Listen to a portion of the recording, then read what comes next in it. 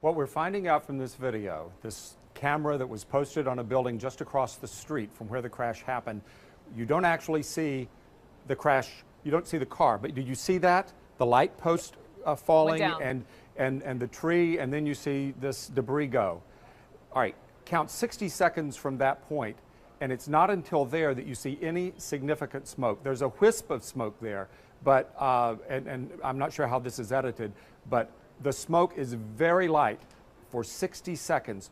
What that suggests is that the fire did not become a raging fire for about a minute, which would mean that the two occupants in the vehicle would have had 60 seconds to get out if they could have. We don't know what happened. Nobody saw what they were trying to do at that time, but it was a full 60 seconds until what you see now, the heavier smoke going. Right. I believe this is edited. Correct me if I'm wrong, but if we saw the red... It is edited. I'm hearing in my ear from the control room, right. Yes, Alan Duke, it's edited. So you're telling me you saw the raw in 60 seconds, well, after this light pole goes down, that's when the smoke begins, correct? What's more, having been there that evening and seeing the scene and standing actually right at those hedges looking down as the coroner pulled the bodies from the wreckage, I can tell you the significance is the 60 seconds that you don't see smoke, because what was happening then, that is the horror that Paul Walker and Roger Rodas were suffering. They were, at that time, all right, let's watch it again. The light post, you see it just goes down. That is real time there. Now, again, the edited, that smoke, that edit leaves out a 60-second gap there. If we would see the 60 seconds, we see horror below those hedges, because those men obviously would have been trying to get out, and nobody was there outside to help them.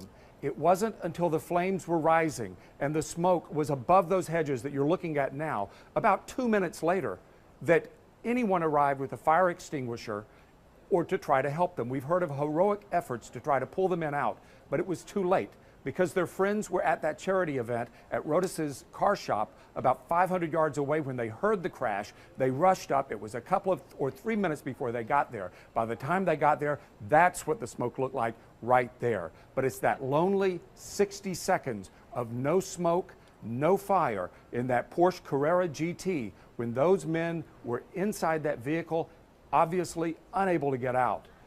Yep. We'll hear this afternoon from the coroner.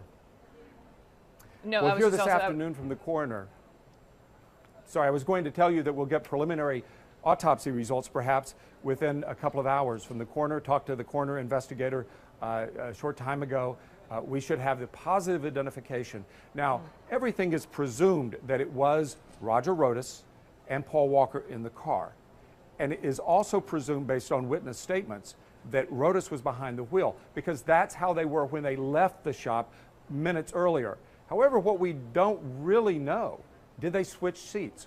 Was Walker driving? We don't have any reason to believe that they did, but we don't know if they didn't. So the coroner will be able to verify that for us this afternoon.